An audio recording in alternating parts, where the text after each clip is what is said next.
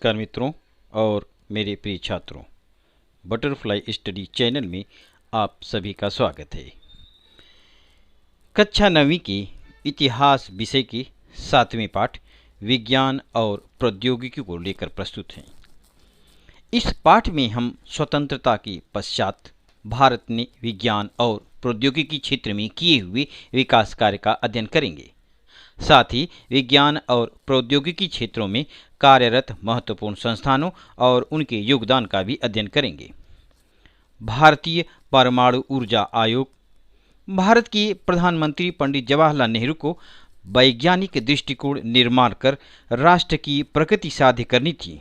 इस विचार को लेकर उन्होंने 10 अगस्त 1948 को परमाणु ऊर्जा आयोग की स्थापना की। आयोग के प्रथम अध्यक्ष के रूप में डॉक्टर होमी भाभा की नियुक्ति की गई। परमाणु ऊर्जा से विद्युत उत्पादन, खाद्यान्न उत्पादन में वृद्धि करना और उसे बनाए रखना, इसके लिए उन्नत प्रौद्योगिकी का निर्माण करना, नैनो टेक्नोलॉजी को विकसित करना आदि परमाणु ऊर्जा आयोग के उद्देश्य थे। इस विभाग ने 1956 में परमाणु ऊर्जा पर चलने वाली भारत की प्रथम परमाणु भट्टी अप्सरा कार्यान्वित की। वर्ष 1969 से परमाणु ऊर्जा से विद्युत उत्पादन करने के लिए मुंबई के निकट तारापुर में परमाणु ऊर्जा केंद्र की स्थापना की गई। थोरियम का उपयोग विद्युत निर्मित के लिए तमिलनाडु के कल्पकम में रिएक्टर रिसर्च सेंटर शुरू किया गया। परमाणु ऊर्जा के विकास में रिएक्टर की भूमिका महत्वपूर्ण होती है। परमाणु ऊर्जा की निर्मित के लिए भारी पानी की आवश्यकता होती है। इस भारी पानी के कारखाने बड़ोदरा, तालचेर, तूतीकोरन, कोटा आदि स्थानों पर स्थापित किए गए। परमाणु भट्टियों के लिए आवश्यक भारी पानी हैवी वाटर का देश में बड़ी मात्रा में उत्पादन और अनुसंधान करने हेतु हैवी वाटर प्रोजेक्ट संस्थान का गठन किया गया। कालांतर में इस संस्थान का नामकरण हैवी वाटर बोर्ड रूप में हुआ। जानकारी प्राप्त करें। 28 फरवरी का दिन संपूर्ण भारत में विज्ञान दिवस के रूप में मनाया जाता है। इस दिन आप विद्यालय में कौन सा उपक्रम चलाती हैं? ध्रुव परमाणु भट्टी मुंबई के समीप तुर्भे में वर्ष 1985 में पूर्णतः भारतीय बनावट की ध्रुव परमाणु भट्टी प्रारंभ की गई। यूरेनियम धातु का ईंधन के रूप में उपयोग करने के लिए ध्रुव परमाणु भट्टी का बड़ी मात्रा में उपयोग होता है। तुर्भे में लगभग 350 किरणोत्सर्गी पदार्थों की निर्मित की जाती है। इनका उपयोग उद्योग, कृषि और चिकित्सा क्षेत्रों में किया जाता है। Nuclear power corporation of India NPCIL परमाणु ऊर्जा से बिजली उत्पादन करने के लिए वर्ष 1987 में इस कंपनी का गठन किया गया। कंपनी के उद्देश्य सुरक्षित, सस्ती और पर्यावरणीय दृष्टि से लाभदायी विद्युत उत्पादन का तकनीकी विज्ञान सिद्ध करना और उसे विकसित कर देश को आत्मनिर्भर बनाना है। परमाणु परीक्षण पोखरण में प्रथम परमाणु परीक्षण। पोखरण में प्रथम परमाणु परीक्षण ऊर्जा का उपयोग शांति और स्वयं पूर्णता के लिए करना भारत की नीति है। इसी नीति का अनुसरण कर भारत ने 18 मई 1974 को राजस्थान के पोखरण में प्रथम सफल परमाणु परीक्षण किया। चीन का परमाणु अस्त्रों से सुसज्जित होना और चीन के सहयोग से परमाणु अस्त्रों से सुसज्जित होने के लिए चल रही पाकिस्तान की छटपटाहट के कारण भारत को परमाणु परीक्षण करने का निर्णय लेना पड़ा। इस परीक्षण में परमाणु ऊर्जा आयोग के अध्यक्ष डॉक्टर होमी सेठना और भाभा परमाणविक अनुसंधान केंद्र के निदेशक डॉक्टर राजा रमन्ना का महत्वपूर्ण योगदान था। प्रधानमंत्री इंदिरा गांधी ने परमाणु विस्फोट परीक्षण का निर्णय लिया। मनुष्य बस्ती से अति दूर और भूगर्भ में जहां आसपास पानी का संग्रह न हो, इन दो निष्कर्षों के आधार पर राजस्थान के पोखरण स्थान को चुना गया। क्या आप जानते हैं, वर्ष 1974 में भारत ने पोखरण में प्रथम परमाणु परीक्षण किया। फलस्वरूप अमेरिका ने अंतरिक्ष अनुसंधान, दूर संदेश वहन विज्ञान और प्रक्षेपणास्त्र विकास जैसे रक्षा विषयों से संबंधित तकनीकी विज्ञान भारत को देने से इनकार किया। अतः भारत ने अमेरिका पर निर्भर न रहते हुए अपने बल पर प्रक्षेपणास्त्र विकास कार्यक्रम विकसित करने की नीति अपनाई। इसी से भारत प्रक्षेपणास्त्र विकसित करने वाले अमेरिका, सोवियत, रसिया, फ्रांस, चीन और जर्मनी की पंक्ति में जा बैठा। दूसरा परमाणु परीक्षण 11 मई 1998 को भारत ने अपनी परमाणु अस्त्र सज्जता सिद्ध करने के लिए पोखरण में दूसरा परमाणु परीक्षण किया। इसी दिन 3 परमाणु परीक्षण किए गए, उनमें एक हाइड्रोजन बम का था। प्रधानमंत्री अटल बिहारी वाजपेयी ने आश्वस्त कराया, भारत प्रक्षेपणास्त्रों का पहले प्रयोग नहीं करेगा, परंतु अमेरिका ने भारत की पर तत्काल आर्थिक प्रतिबंध लगा दिए। प्रक्षेपणास्त्र विकास पृथ्वी वर्ष 1988 में पृथ्वी प्रक्षेपणास्त्र और वर्ष 1989 में अग्नि प्रक्षेपणास्त्र का सफल परीक्षण हुआ। संपूर्ण विश्व का ध्यान भारत की परमाणविक प्रक्षेपणास्त्र विकास कार्यक्रम की ओर खींचा गया। Integrated guided missile development program IGMDP के अंतर्गत प्रक्षेपणास्त्र विकास का कार्यक्रम प्रारंभ किया गया। उसके अनुसार रक्षा अनुसंधान और विकास संस्थान DRDO ने प्रक्षेपणास्त्र निर्माण को प्रारंभ किया। ये सभी कार्य डॉक्टर APJ अब्दुल कलाम के नेतृत्व में सफल हुए। पृथ्वी 1 जमीन से जमीन पर मार करने वाली मिसाइल थल सेना को, पृथ्वी 2 वायुसेना और पृथ्वी 3 नौसेना को सौंपी गई है। पृथ्वी प्रक्षेपणास्त्र की क्षमता 500 से 1000 किलो विस्फोटक वहन कर ले जाने की थी। न्यूक्लियर। क्या आप जानते हैं, भारत सरकार की रक्षा विभाग के अंतर्गत वर्ष 1958 में रक्षा अनुसंधान और विकास संस्थान DRDO की स्थापना हुई। रक्षा विभाग से संबंधित साधन, उपकरण और शस्त्र अस्त्र के विषय में देश को आत्मनिर्भर बनाना इस संस्थान का उद्देश्य था। वर्ष 1983 के पश्चात डॉक्टर APJ अब्दुल कलाम के मार्गदर्शन में इस संस्थान द्वारा अनेक प्रक्षेपणास्त्र मिसाइलें विकसित किए गए। प्रक्षेपणास्त्र मिसाइल निर्माण में डॉक्टर कलाम का बहुत बड़ा योगदान रहा है। डॉक्टर कलाम को प्रक्षेपणास्त्र कार्यक्रम के जनक तथा मिसाइल मैन कहा जाता है। बैलिस्टिक मिसाइल द्वारा पृथ्वी प्रक्षेपणास्त्र को 150 से 300 किलोमीटर की दूरी तक लक्ष्य साधना संभव हुआ है। अग्नि। चीन और पाकिस्तान को भारत की प्रक्षेपणास्त्र सामर्थ्य का अनुमान हो, भारत की सीमा सुरक्षित रहे, इसलिए अग्नि 1 का परीक्षण किया गया। इस सामरिक प्रक्षेपणास्त्र का लक्ष्य 700 किलोमीटर का था। आगे अग्नि 2 और अग्नि 3 की भी निर्मित की गई। आकाश नाग प्रक्षेपणास्त्र।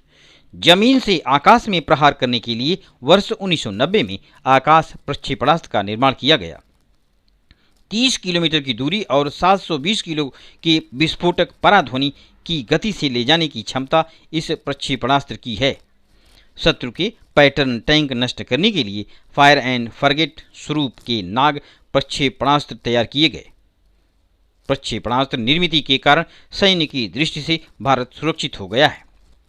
अंतरिक्ष अनुसंधान। केरल राज्य के थुम्बा स्थित थुम्बा इक्वेटोरियल लॉन्च सेंटर से Indian national committee for space research, इस संस्था ने भारत के प्रथम आविष्कृत अग्नि रॉकेट का वर्ष 1961 में सफल प्रक्षेपण किया। वर्ष 1969 में थुम्बा में स्वदेशी बनावट वाले रोहिणी 75 अग्नि रॉकेट का सफल परीक्षण किया गया। इसके बाद का सोपान अर्थात 1975 में सोवियत रशिया की सहायता से पहले भारतीय उपग्रह आर्यभट्ट का सफलतापूर्वक प्रक्षेपण किया गया। इस सफलता से यह सिद्ध हो गया कि अंतरिक्ष में छोड़े जा सकने वाले उपग्रह की रचना एवं निर्मित देश में हो सकती है। भारतीय विशेषज्ञों को भू केंद्र से उपग्रह की ओर संदेश भेजना, उपग्रह की ओर से आए संदेश को भू केंद्र पर ग्रहण करना, इस तकनीकी विज्ञान को विकसित करने के लिए उपग्रह की कार्यशैली का मूल्यांकन करने हेतु उच्च प्रौद्योगिकी अवगत हो सकती है, ऐसा आत्मविश्वास हो गया। ISRO Indian space research organisation अंतरिक्ष अनुसंधान के बुनियादी कार्यक्रम एवं अग्नि रॉकेट संबंधी उपक्रम सफलतापूर्वक साध्य कर लेने पर अंतरिक्ष क्षेत्र में अधिक अनुसंधान करने के लिए 15 अगस्त 1969 को इसरो की स्थापना की गई। इसरो का मुख्य कार्यालय बेंगलुरु में है। इसरो ने अंतरिक्ष में उपग्रह प्रक्षेपित करने के लिए आंध्र प्रदेश के श्रीहरिकोटा से अंतरिक्ष तल कार्यान्वित किया। भास्कर 1 वर्ष 1979 में पृथ्वी की सतह की विविध बातों का निरीक्षण दूर संवेदी तकनीकी द्वारा साध्य हो, इसके लिए इसरो द्वारा तैयार किया भास्कर 1 प्रायोगिक उपग्रह भारत ने सोवियत रसिया से भेजा। देश के जल संग्रह, खनिज संग्रह, जलवायु इनका अनुमान लेकर देश के विकास के लिए दूर संवेदी तकनीकी विज्ञान उपयोगी सिद्ध होने वाला था। इस तकनीकी की सहायता से भूगर्भ संबंधी, पर्यावरण संबंधी, वन संबंधी खींचे गए छायाचित्र महत्वपूर्ण थे। इस उपग्रह के माध्यम से प्राप्त जानकारी का उपयोग कर समुद्र विज्ञान, ओशनोग्राफी में हुआ। वर्ष 1981 में भास्कर 29 यह उपग्रह सोवियत रसिया से भेजा गया। एप्पल इसरो द्वारा पूर्णतः भारत में बनाया गया भारत का दूसरा दूरसंचार उपग्रह एप्पल 19 जून 1981 को फ्रेंच गियाना से भेजा गया। एप्पल के कारण शिक्षा के क्षेत्र में सहायता मिली। आपातकालीन दूरसंचार सेवा की पूर्ति का उद्देश्य सफल हुआ।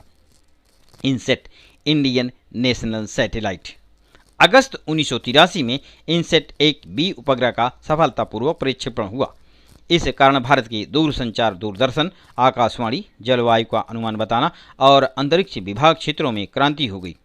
इनसेट के कारण देश भर के 207 आकाशवाणी केंद्र एक दूसरे से जोड़ना संभव हुआ।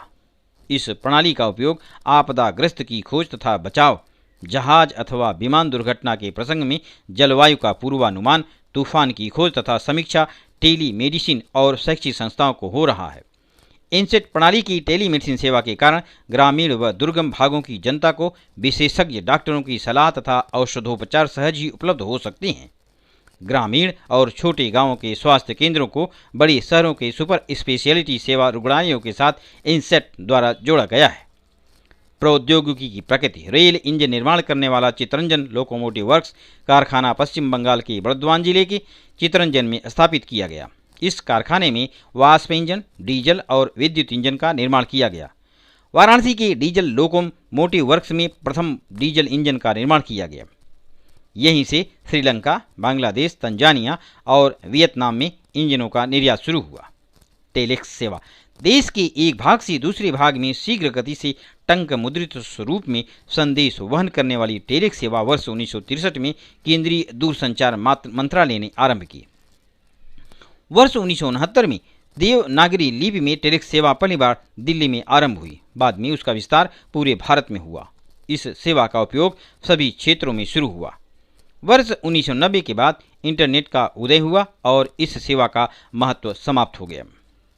उपग्रहीय दूरसंचार केंद्र कृत्रिम उपग्रह की सहायता से देश के अंतर्गत दूरसंचार सैटेलाइट कम्युनिकेशन संभव हो, इसके लिए उपग्रह पर संदेश भेजने के लिए तथा उपग्रह से संदेश ग्रहण करने के लिए आवश्यक देशांतर्गत उपग्रहीय दूरसंचार भूकेंद्र वर्ष 1967 में अहमदाबाद के निकट जोधपुर टीकरा में खड़ा किया गया। इसके कारण भारतीय वैज्ञानिकों तथा तकनीशियनों को भूकेंद्र खड़ा करने एवं उसकी कार्यप्रणाली का देशांतर्गत प्रशिक्षण देना सुलभ हो गया। वर्ष 1970 में पुणे के पास आरवी में अंतर्देशीय दूरसंचार सेवा के लिए सुसज्जित भूकेंद्र खड़ा किया गया। पिन कोड 15 अगस्त 1972 से भारतीय डाक व तार विभाग ने देश में 6 अंकीय पोस्टल इंडेक्स पिन कोड पद्धति शुरू की। डाक वितरण की कार्यक्षमता बढ़ाना इसका उद्देश्य था। इस पद्धति में देश को 9 भागों में विभाजित किया गया। पिन कोड का पहला क्रमांक मुख्य विभाग को दर्शाता है, दूसरा क्रम अंक उप विभाग, तीसरा क्रमांक उप विभाग का प्रमुख बांटने वाला जिला, तो शेष 3 क्रमांकों द्वारा बांटने वाले स्थानीय डाकघर का स्थान सुनिश्चित किया गया। महाराष्ट्र के लिए 40, 41, 42, 43, 44 ये पहले 2 अंक हैं। 1986 में डाक को शीघ्र गति से पहुंचाने के लिए स्पीड पोस्ट सेवा शुरू की। ISD international subscriber dialled telephone service वर्ष 1972 में मुंबई में ओवरसीज कम्युनिकेशन सर्विस की स्थापना कर अंतर्राष्ट्रीय दूरसंचार सेवा की व्यवस्था का काम शुरू हुआ। वर्ष 1976 में मुंबई तथा लंदन इन 2 शहरों के बीच सीधे दूरध्वनि संपर्क साधने वाले ISD सेवा आरंभ हुई। दूरध्वनि की तरह टेलेक्स, टेलीप्रिंटर, रेडियो, छायाचित्र जैसी सेवाएं प्रारंभ हुई। वर्ष 1986 में विदेश संचार निगम लिमिटेड VSNL ने इस क्षेत्र में और बड़ी छलांग लगाई। उससे पूर्व बड़े शहरों की दूरसंचार सेवा के लिए महानगर टेलीफोन निगम लिमिटेड स्थापित की गई। सार्वजनिक कंपनी थी। 1990 के दशक में VSNL ने भारत में इंटरनेट सेवा प्रदान करने वाली प्रमुख कंपनी के रूप में स्थान पा लिया। इस क्षेत्र में सैम पित्रोदा का योगदान महत्वपूर्ण है। मोबाइल 22 अगस्त 1994 को भारत में मोबाइल सेवा आरंभ हुई। उस समय मोबाइल का हैंडसेट 45,000 रुपये तथा कॉल दर प्रति मिनट 17 रुपये थी। वर्ष 1999 में इस क्षेत्र में अनेक निजी कंपनियां आई। इस कारण यह सेवा सस्ती होने लगी। चर्चा करें भ्रमण ध्वनि मोबाइल प्रौद्योगिकी में हुए विविध परिवर्तनों के विषय में जानकारी प्राप्त करें, उनके लाभ हानि के बारे में चर्चा करें। भारत संचार निगम लिमिटेड BSNL वर्ष 2000 में दूरसंचार विभाग की पुनर्रचना की गई। नीतिगत निर्णय की जिम्मेदारी दूरसंचार विभाग के पास रखते हुए ग्राहकों को प्रत्यक्ष सेवा प्रदान करने के लिए भारत संचार निगम लिमिटेड की स्थापना की गई। दूरध्वनि सेवा के साथ सेल्युलर फोन, इंटरनेट, ब्रॉडबैंड सेवाएं उपलब्ध हुईं। Oil and natural gas commission ONGC खनिज तेल तथा प्राकृतिक गैस भंडारों की खोज करना, उसके उत्पादन को बढ़ाने के लिए वर्ष 1956 में खनिज तेल व प्राकृतिक गैस आयोग अर्थात oil and natural gas commission की स्थापना हुई। असम राज्य के दिग्बोई के बाद गुजरात के अंकलेश्वर परिसर में खनिज तेल के भंडार मिले। आगे चलकर गुजरात की खंबायत की खाड़ी में खनिज तेल तथा प्राकृतिक गैस के भंडार मिले।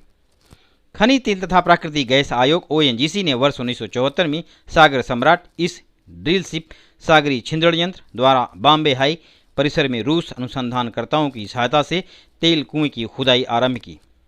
यहाँ वर्ष 1975 से खनिज तेल तथा प्राकृतिक गैस मिलना आरंभ हो गया। इसके बाद इस क्षेत्र को 8,500 से अधिक तेल कुएं एवं प्राकृतिक गैस के 33 कुएं खोदे गए। इस कारण भारत की खनिज तेलों के कुल उत्पादन में इस क्षेत्र का हिस्सा कुल प्रतिशत 38% तक पहुंच गया तथा देश की खनिज तेलों की कुल आवश्यकता में से 14% की आवश्यकता इस क्षेत्र के कारण पूरी हुई। क्या आप जानते हैं E श्रीधरन मेट्रोमैन इस उपनाम से विख्यात हैं। उनका दिल्ली मेट्रो तथा कोंकण रेल कार्य भी जोड़ रहा है। कोंकण रेल वर्ष 1998 में कोंकण रेल शुरू हुई। गोवा, कर्नाटक, केरल, महाराष्ट्र इन 4 राज्यों में फैले लगभग 760 किलोमीटर लंबे रेल मार्ग पर प्रौद्योगिकी के अनेक कीर्तिमान हैं। इस मार्ग पर कुल 12 सुरंगें हैं।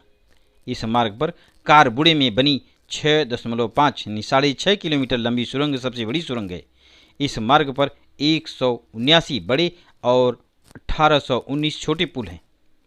उनमें से होनावर के निकट शरावती नदी पर बना 2065.8 मीटर लंबाई का पुल सबसे बड़ा पुल है। रत्नागिरी के पास पनवल नदी पर बना 64 मीटर ऊंचा पुल सबसे ऊंचा पुल है। भूस्खलन होने वाले मार्ग पर इंजनों में सेंसर बिठाए गए हैं। रेल और प्रौद्योगिकी आधुनिक भारत के इतिहास में रेल द्वारा अंगीकार किए गए प्रौद्योगिकी का बहुत बड़ा योगदान है। रेल यात्रा की आरक्षण व्यवस्था में कार्यक्षमता, अचूकता और सूत्रबद्धता है। इस दृष्टि से वर्ष 1984 में दिल्ली में सबसे पहले संगणीकृत आरक्षण व्यवस्था आरंभ की गई। इसी वर्ष कोलकाता में मेट्रो रेल शुरू की गई। इस वर्ष भारत ने विज्ञान प्रौद्योगिकी के क्षेत्र में लगातार उन्नति की है, नए नए शोध कार्य किए हैं। भारत 21वीं शताब्दी का एक महत्वपूर्ण देश है। भारत ने प्रौद्योगिकी का उपयोग विश्व में शांति निर्माण करने के लिए ही किया है। भारत 21वीं शताब्दी में अग्रसर होने के उद्देश्य से यह कार्य कर रहा है। भारत द्वारा उद्योग और व्यापार के क्षेत्र में की गई प्रगति के विषय में अगले पाठ में, अगले अध्याय में जानकारी प्राप्त करेंगे। इस प्रकार से यह हमारा पाठ समाप्त होता है। धन्यवाद।